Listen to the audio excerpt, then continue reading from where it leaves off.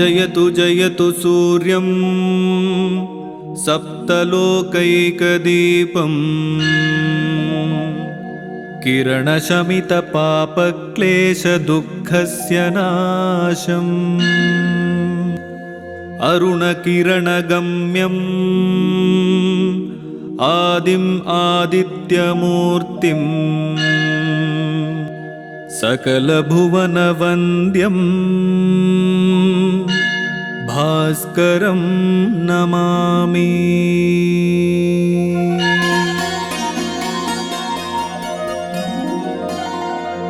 ततो युद्धपरिश्रान्तं समरे चिन्तया स्थितं रावणं चाग्रतो दृष्ट्वा युद्धाय समुपस्थितं दैवतैश्च समागम्य द्रष्टुमभ्यागतोरणम् उपागम्याब्रवीद्राममगस्त्यो भगवान् ऋषिः राम राम महाबाहो शृणु गुह्यं सनातनम् येन सर्वानरीन् वत्स समरे विजयिष्यसि आदित्यहृदयं पुण्यं सर्वशत्रुविनाशनम् जयावहं जपेन्नित्यमक्षय्यं परमं शिवम् सर्वमङ्गलमाङ्गल्यं सर्वपापप्रणाशनम् चिन्ताशोकप्रशमनमायुर्वर्धनमुत्तमम् रश्मिमन्तं समुद्यन्तं देवासुरनमस्कृतम् पूजयस्व विवस्वन्तं भास्करं भुवनेश्वरम् सर्वदेवात्मको ह्येषः तेजस्वी रश्मिभावनः एष देवासुरगणान् लोकान् पाति गभस्तिभिः एष ब्रह्मा च विष्णुश्च शिवः स्कन्दः प्रजापतिः माहेन्द्रो धनदः कालो यमः सोमो ह्यपाम्पतिः पितरो वसवः साध्याः ह्यश्विनौ मरुतो मनुः वायुर्वह्निः प्रजाः प्राणा ऋतुकर्ता प्रभाकरः आदित्यः सविता सूर्यः खगः पूषा गभस्तिमान् सुवर्णसदृशो भानुर्हिरण्यरेतो दिवाकरः हरिदश्वः सहस्रार्चिर्सप्तसप्तिर्मरीचिमान् तिमिरोन्मथनः शम्भुस्त्वष्टा मार्ताण्ड अंशुमान् हिरण्यगर्भः शिशिरस्तपनो भास्करो रविः अग्निगर्भोदितेः पुत्रः शङ्खः शिशिरनाशनः व्योमनाथस्तमो भेदी ऋग्यजुस्सामपारगः घनवृष्टिरपां मित्रो विन्ध्यवीथिप्लवङ्गमः आतपीमण्डली मृत्युः पिङ्गलः सर्वतापनः कविर्विश्वो महातेजाः रक्तः सर्वभवोद्भवः नक्षत्रग्रहताराणामधिपो विश्वभावनः तेजसामपि तेजस्वी द्वादशात्मन्नमोऽस्तु ते नमः पूर्वाय गिरये पश्चिमायाद्रये नमः ज्योतिर्गणानां पतये दिनाधिपतये नमः जयाय जयभद्राय हर्यश्वाय नमो नमः नमो नमः सहस्रांशो आदित्याय नमो नमः नम उग्राय वीराय सारंगाय नमो नमः नमः पद्मप्रबोधाय मार्ताण्डाय नमो नमः ब्रह्मेशानाच्युतेशाय सूर्यायादित्यवर्चसे भास्वते सर्वभक्षाय रौद्राय वपुषे नमः तमोघ्नाय हिमघ्नाय शत्रुघ्नायामितात्मने कृतघ्नघ्नाय देवाय ज्योतिषां पतये नमः तप्तचामीकराभाय वह्नये विश्वकर्मणे नमस्तमोभिनिघ्नाय रुचये लोकसाक्षिणे नाशयत्येष वैभूतं तदेव सृजति प्रभुः पायत्येष तपत्येष वर्षत्येष गभस्तिभिः एष सुप्तेषु जागर्ति भूतेषु परिनिष्ठितः एष चैवाग्निहोत्रं च फलं चैवाग्निहोत्रिणाम् वेदाश्च क्रतवश्चैव क्रतूनां फलमेव च यानि कृत्यानि लोकेषु सर्व एष रविः प्रभुः एनमापत्सु कृच्छ्रेषु कान्तारेषु भयेषु च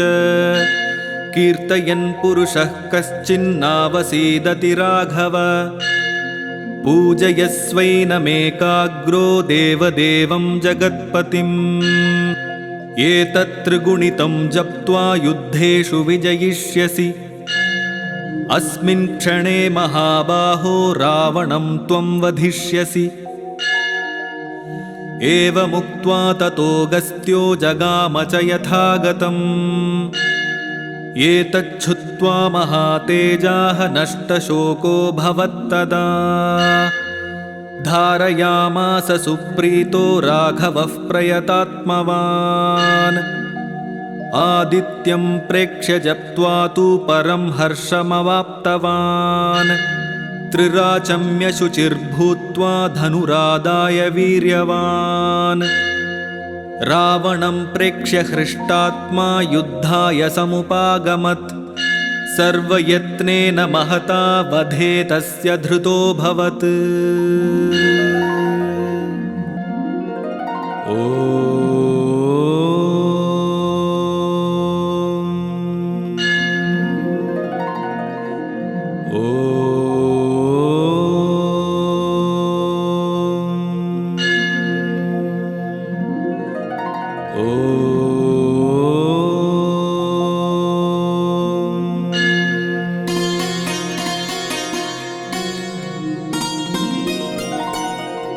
जयतु जयतु सूर्यं सप्तलोकैकदीपम् किरणशमितपापक्लेशदुःखस्य नाशम् अरुणकिरणगम्यम् आदिम् आदित्यमूर्तिम्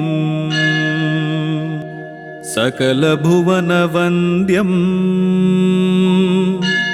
भास्करं नमामि।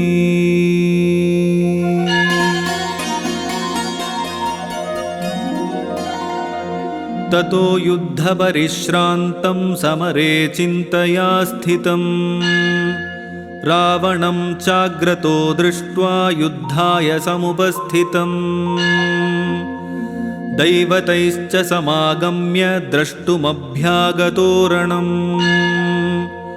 उपागम्याब्रवीद्राममगस्त्यो भगवान् ऋषिः राम राम महाबाहो शृणु गुह्यं सनातनम् येन सर्वानरीन् वत्स समरे विजयिष्यसि आदित्यहृदयं पुण्यं सर्वशत्रुविनाशनम् जयावहं जपेन्नित्यमक्षय्यं परमं शिवम् सर्वमङ्गलमाङ्गल्यं सर्वपापप्रणाशनम् चिन्ताशोकप्रशमनमायुर्वर्धनमुत्तमम् रश्मिमन्तं समुद्यन्तं देवासुरनमस्कृतम् पूजयस्व विवस्वन्तं भास्करं भुवनेश्वरम् सर्वदेवात्मको ह्येषः तेजस्वी रश्मिभावनः एष देवासुरगणान् लोकान् पाति गभस्तिभिः एष ब्रह्मा च विष्णुश्च शिवः स्कन्दः प्रजापतिः माहेन्द्रो धनदः कालो यमः सोमो ह्यपाम्पतिः पितरो वसवः साध्याः ह्यश्विनौ मरुतो मनुः वायुर्वह्निः प्रजाः प्राणा ऋतुकर्ता प्रभाकरः आदित्यः सविता सूर्यः खगः पूषा गभस्तिमान् सुवर्णसदृशो भानुर्हिरण्यरेतो दिवाकरः हरिदश्वसहस्रार्चिर्सप्तसप्तिर्मरीचिमान् तिमिरोन्मथनः शम्भुस्त्वष्टा मार्ताण्ड अंशुमान् हिरण्यगर्भः शिशिरस्तपनो भास्करो रविः अग्निगर्भोदितेः पुत्रः शङ्खः शिशिरनाशनः व्योमनाथस्तमो भेदी ऋग्यजुस्सामपारगः घनवृष्टिरपां मित्रो विन्ध्यवीथिप्लवङ्गमः आतपीमण्डले मृत्युः पिङ्गलः सर्वतापनः कविर्विश्वो महातेजाः रक्तः सर्वभवोद्भवः नक्षत्रग्रहताराणामधिपो विश्वभावनः तेजसामपि तेजस्वी द्वादशात्मन्नमोऽस्तु ते नमः पूर्वाय गिरये पश्चिमायाद्रये नमः ज्योतिर्गणानां पतये दिनाधिपतये नमः जयाय जयभद्राय हर्यश्वाय नमो नमः नमो नमः सहस्रांशो आदित्याय नमो नमः नम उग्राय वीराय सारंगाय नमो नमः नमः पद्मप्रबोधाय मार्ताण्डाय नमो नमः ब्रह्मेशानाच्युतेशाय सूर्यायादित्यवर्चसे भास्वते सर्वभक्षाय रौद्राय वपुषे नमः तमोघ्नाय हिमघ्नाय शत्रुघ्नायामितात्मने कृतघ्नघ्नाय देवाय ज्योतिषां पतये नमः तप्तचामीकराभाय वह्नये विश्वकर्मणे नमस्तमोभिनिघ्नाय रुचये लोकसाक्षिणे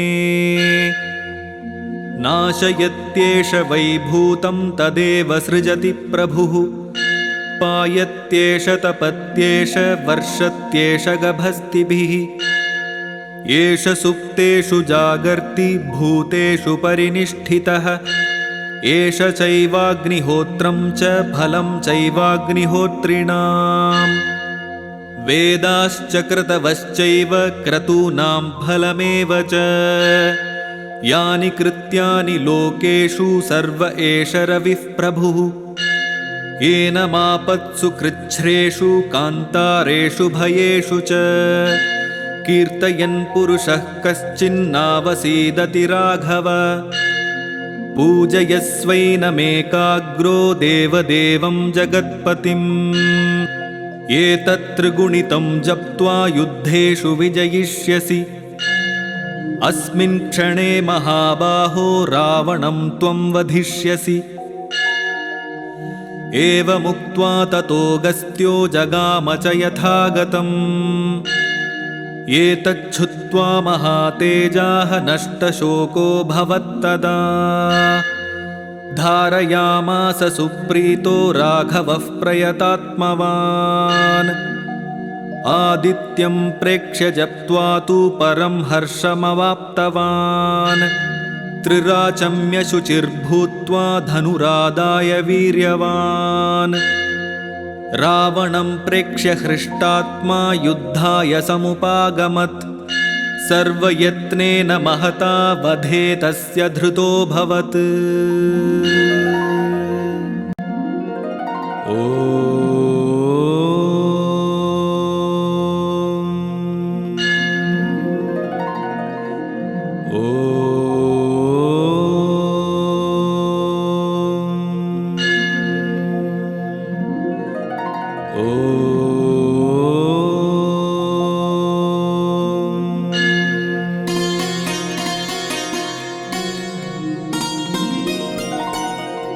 जयतु जयतु सूर्यं सप्तलोकैकदीपम् किरणशमितपापक्लेशदुःखस्य नाशम् अरुणकिरणगम्यम् आदिम् आदित्यमूर्तिम् सकलभुवनवन्द्यम् भास्करं नमामि।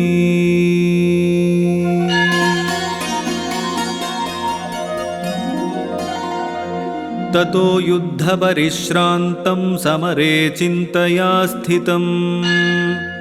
रावणं चाग्रतो दृष्ट्वा युद्धाय समुपस्थितम् दैवतैश्च समागम्य द्रष्टुमभ्यागतोरणम् उपागम्याब्रवीद्राममगस्त्यो भगवान् ऋषिः राम राम महाबाहो शृणु गुह्यं सनातनम् येन सर्वानरीन् वत्स समरे विजयिष्यसि आदित्यहृदयं पुण्यं सर्वशत्रुविनाशनम् जयावहं जपेन्नित्यमक्षय्यं परमं शिवम् सर्वमङ्गलमाङ्गल्यं सर्वपापप्रणाशनम् चिन्ताशोकप्रशमनमायुर्वर्धनमुत्तमम् रश्मिमन्तं समुद्यन्तं देवासुरनमस्कृतम्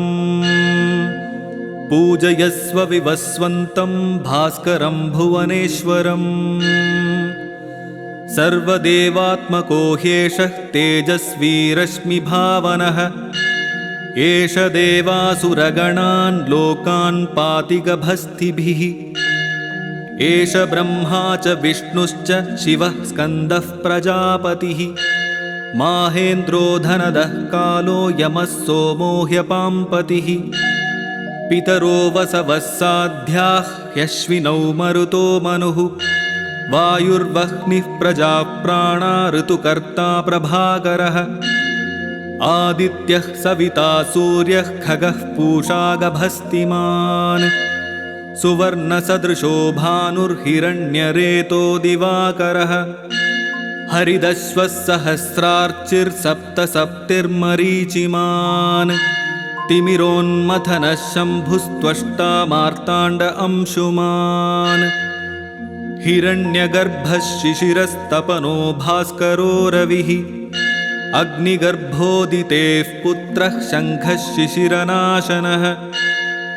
व्योमनाथस्तमो भेदी ऋग्यजुस्सामपारगः घनवृष्टिरपां मित्रो विन्ध्यवीथिप्लवङ्गमः आतपीमण्डली मृत्युः पिङ्गलः सर्वतापनः कविर्विश्वो महातेजाः रक्तः सर्वभवोद्भवः नक्षत्रग्रहताराणामधिपो विश्वभावनः तेजसामपि तेजस्वी द्वादशात्मन्नमोऽस्तु ते नमः पूर्वाय गिरये पश्चिमायाद्रये नमः ज्योतिर्गणानां पतये दिनाधिपतये नमः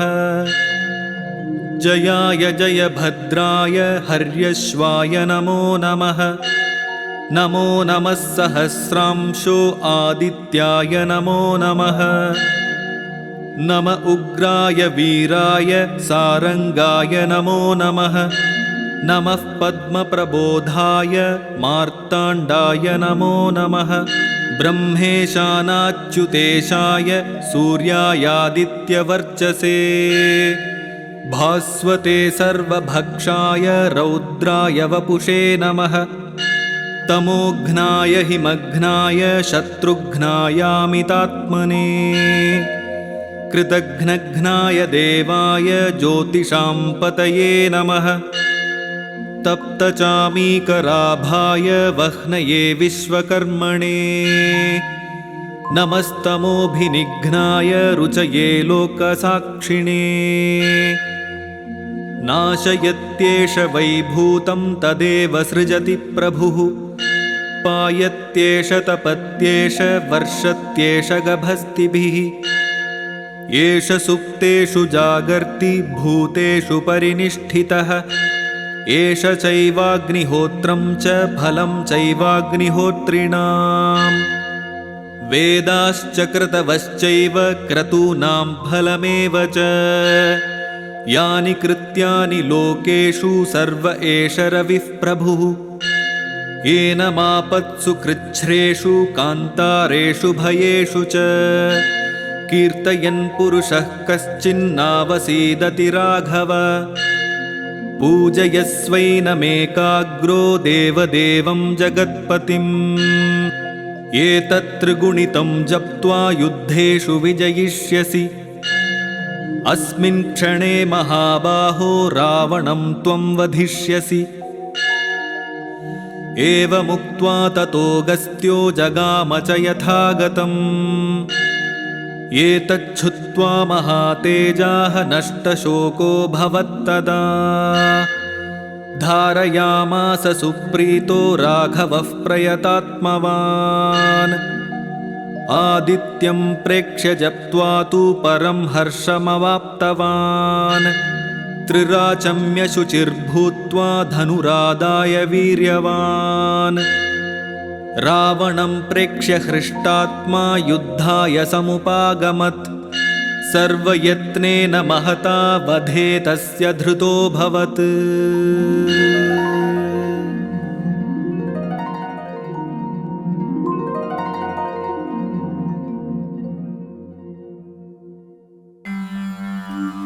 ॐ भूर्भुवस्सुवः तत्सवितुर्वरेण्यं भर्गो देवस्य धीमहि धियो यो नः प्रचोदयात् ॐ भूर्भुवस्सुवः तत्सवितुर्वरेण्यं भर्गो देवस्य धीमहि धियो यो नः प्रचोदयात् ॐ भूर्भुवस्सुवः तत्सवितुर्वरेण्यं भर्गो देवस्य धीमहि धियो यो नः प्रचोदयात् ॐ भूर्भुवस्सुवः तत्सवितुर्वरेण्यं भर्गो देवस्य धीमहि धियो यो नः प्रचोदयात् ॐ भूर्भुवस्सुवः तत्सवितुर्वरेण्यं भर्गो देवस्य धीमहि धियो यो नः प्रचोदयात् ॐ भूर्भुवस्सुवः तत्सवितुर्वरेण्यं भर्गो देवस्य धीमहि धियो यो नः प्रचोदयात् ॐ भूर्भुवस्सुवः तत्सवितुर्वरेण्यं भर्गो देवस्य धीमहि धियो यो नः प्रचोदयात् ॐ भूर्भुवस्सुवः तत्सवितुर्वरेण्यं भर्गो देवस्य धीमहि धियो यो नः प्रचोदयात् ॐ भूर्भुवस्सुवः तत्सवितुर्वरेण्यं भर्गो देवस्य धीमहि धियो यो नः प्रचोदयात् ॐ भूर्भुवस्सुवः तत्सवितुर्वरेण्यं भर्गो देवस्य धीमहि धियो यो नः प्रचोदयात् ॐ भूर्भुवस्सुवः तत्सवितुर्वरेण्यं भर्गो देवस्य धीमहि धियो यो नः प्रचोदयात् ॐ भूर्भुवस्सुवः तत्सवितुर्वरेण्यं भर्गो देवस्य धीमहि धियो यो नः प्रचोदयात् ॐ भूर्भुवस्सुवः तत्सवितुर्वरेण्यं भर्गो देवस्य धीमहि धियो यो नः प्रचोदयात् ॐ ॐ भूर्भुवस्सुवः तत्सवितुर्वरेण्यं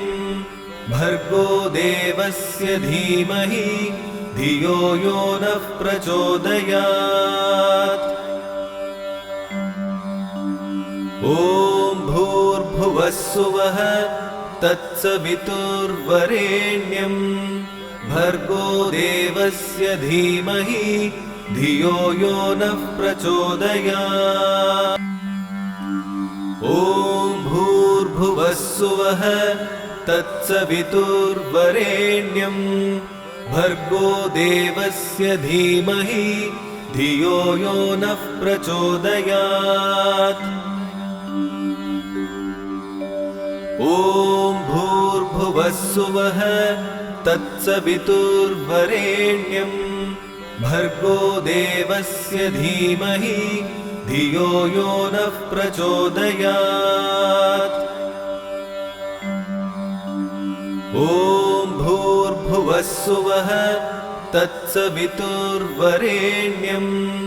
भर्गो देवस्य धीमहि धियो यो नः प्रचोदयात्। ॐ भूर्भुवस्सुवः तत्सवितुर्वरेण्यं भर्गो देवस्य धीमहि धियो यो नः प्रचोदयात्। ॐ भूर्भुवस्सुवः तत्सवितुर्वरेण्यं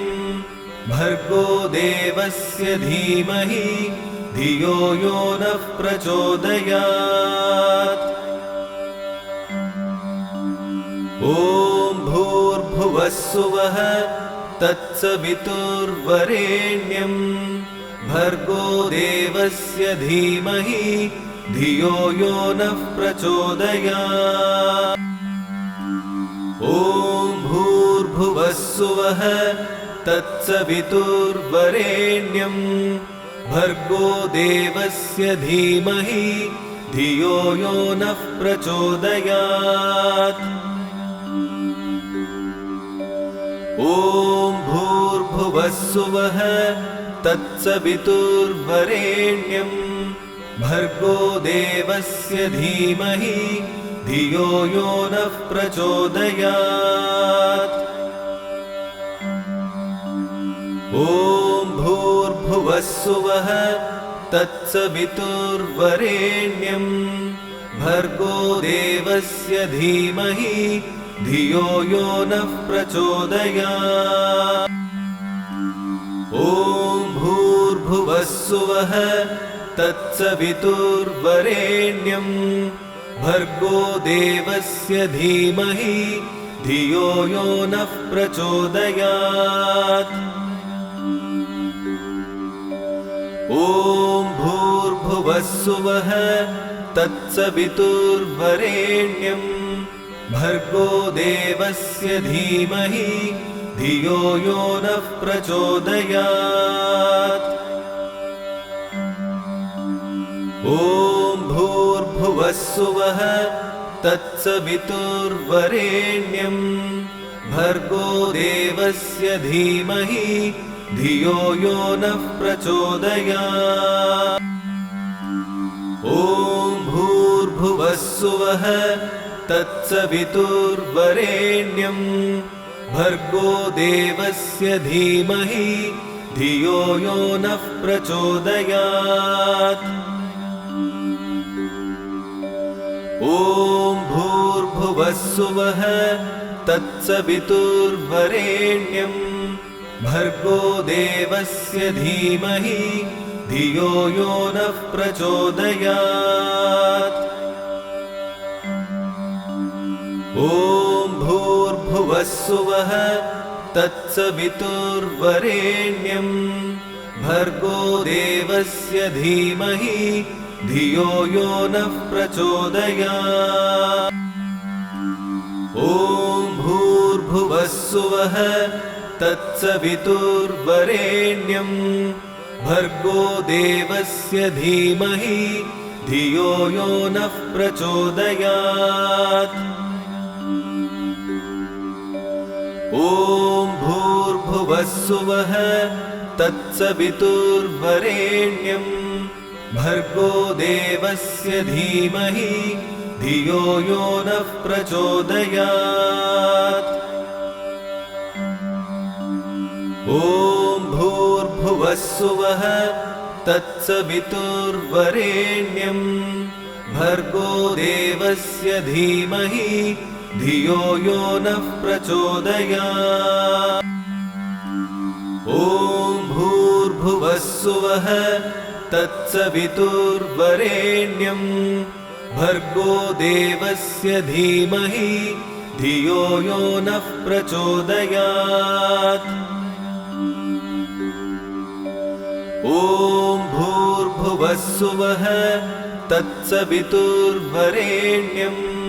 भर्गो देवस्य धीमहि धियो यो नः प्रचोदयात्।